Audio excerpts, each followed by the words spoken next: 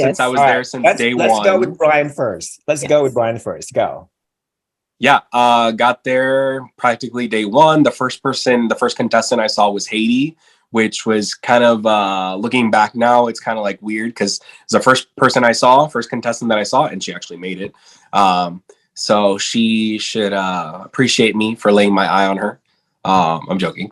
And yeah, it was super exciting. We waited in the airport for a very long time to try to see girls.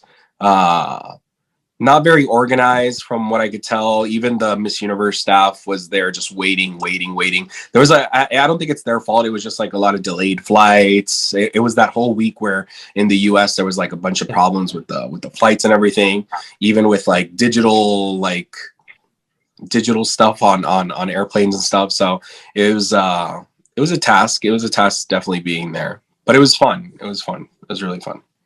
And if you guys have any questions, I'm open to anything you want to know about. If you have any questions for Brian, please write them down in the chat box, and I'll be more than happy to read them. My question is, I have a question. Sure, go ahead. Where's the tea? Come on, spill. Yeah, you mentioned about the tea. Where's the tea? We all want to drink tea. Yeah.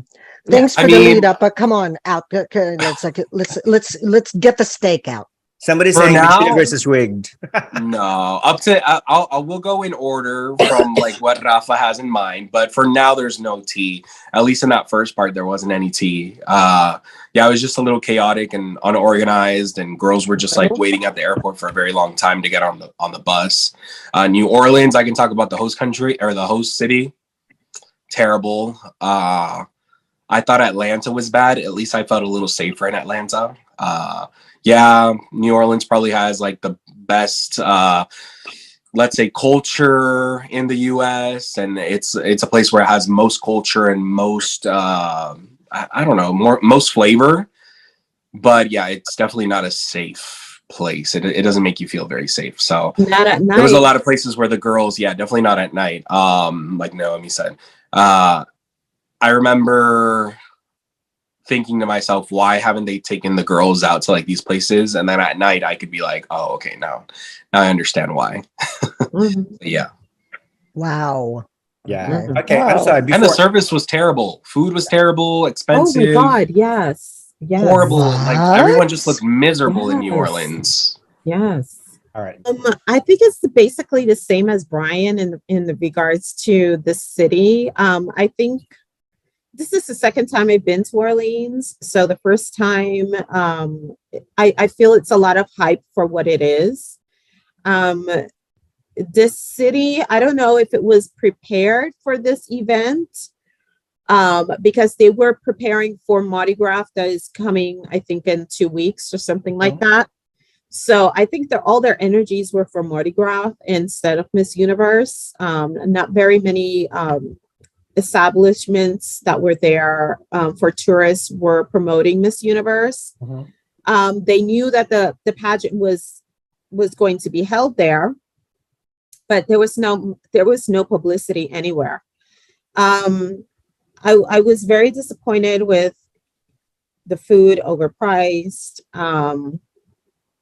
the roads, craters, worse than, oh my God, you can't even drive there. The driving is Vegas. Horrible. No, Vegas is honey, the roads in Vegas are amazing compared to that. Yeah. Compared to that, it's like craters, like literally. So I was disappointed. The day of the pageant, let me tell you, I was there at 6:00 and the line literally went around the convention center. No joke. 6:00, 6:30, I was still on the line. And I was like, I'm not going to be able to see the opening because we were still in the line. Yeah. Suddenly they opened up all the doors because the show had to start. So everybody was pushing everybody. I got to the front door because they pushed me. I didn't even I floated to the front. Who pushed you? Which nationality people pushed you? Oh my God, it was a combination. And once we were in, okay, they didn't even check my purse because usually, go through the metal detector and stuff like that. They stopped that. I could have gone in with a bomb Wow. and nobody would have noticed. Wow. Yes. Okay. Yes. That bad. They scanned my ticket and then it was like, people get to your seats. We go inside and there's no signs, nobody helping to find where your seat or your section was. And I'm like walking there like, where's my section? There's no signs, no nothing. The signs were like this small. Little stickers on the chairs. Anything. Oh, wow. Yeah. Okay, on the chairs. And then there was no sign for the section that you were supposed to be in. So everybody that paid were seated wherever they were able to grab a seat. Oof. Wow. Okay. So whoever paid $300 or $200 or whatever, or $75 ended up in the front if they were able to grab a seat. Because literally when they said in 5 minutes the show started, grab a seat. Literally you had to grab a seat because we had to get out of the hallways because that's where the girls were going to come down. That's terrible. So it was like literally pushing, like it was a mess. A mess. I finally was able to find somebody to help me to walk me to my seat because I had no idea. Like the people that were seated on the seats that I grabbed, because they told us just grab a seat and sit on it. So there were no ushers? The ushers were nowhere to be found. Wow. They were scared for their life. It was literally, it would not surprise me. I mean, everybody was running to their seats, just grabbing whatever seat they were able Saw to the grab. video. It was Unbelievable. crazy. I've never experienced that. They told me Atlanta was like that, or more or less. But and I've been to quite a few Miss Universes, and this one was the worst organized ever. Well, it always seems like it's in the U.S. Every time it's in the U.S., it's just kind of like it's chaos. never like that in Vegas. In It Vegas, wasn't like, Vegas it wasn't wasn't like that. I was It not in wasn't like that in Vegas, yeah. Doral, Florida. no, Mm. not No. even in Doral. That was in a what was it, in a gym? Yeah. Because that was a gym, literally. Yes. It wasn't like that. So it was very, very chaotic. They should have opened up the doors way earlier than they did, because I don't think they were equipped, or they didn't understand the magnitude of the event, because the amount of people that were there. And then once the show started and they announced the top 16 and Thailand didn't place, everybody from Thailand got up and walked away. They left. I love it. Not I love surprised. Thailand even Left. more. They I left love with the their Thais. I signs, love it. and they were like, I'm out. Peace out. Bye. They And didn't even that- stay for the show. Yes. Nothing. The Good for Filipinos them. did stay. Yes. Well, because they're rooting for Miss USA. USA, who is now They a ended up rooting Filipino. for Miss USA, but they were in shock. Yeah. Their faces were Of in course shock. they were. But Of I course they were. thought Thailand, the attitude of Thailand, that was dumb. I mean, I'm sorry. You don't need to get up and leave. I mean, you flew half the country just to get there. So even, Okay. even the Thai national director walked out with the group, with the fans. I Or didn't did she see must have him. stayed. Yeah. Okay. I they were- didn't see him, but I saw the group that left, because they all left with their signs and all that, because they were outside with their band and doing their traditional Thai music and stuff and outside. And then they went inside, and when they called the top 16, they got up. Literally, it was more than like 20 people, and they left. They left. I love it. That's part of It the was like, show. I bye. love it. It's So part of were- the were- drama. It's part were of the you show. able We to- live for it? Were you able to move to a better seat then when they Yeah, I little by little I moved, but Nobody was regardless, watching. since it's not a theater, so everything it's the same level. Yeah. Everybody that is in front of you, if they stand up, you can't see. So I was watching the show terrible. from Yeah, the on the screen. monitors? Yeah.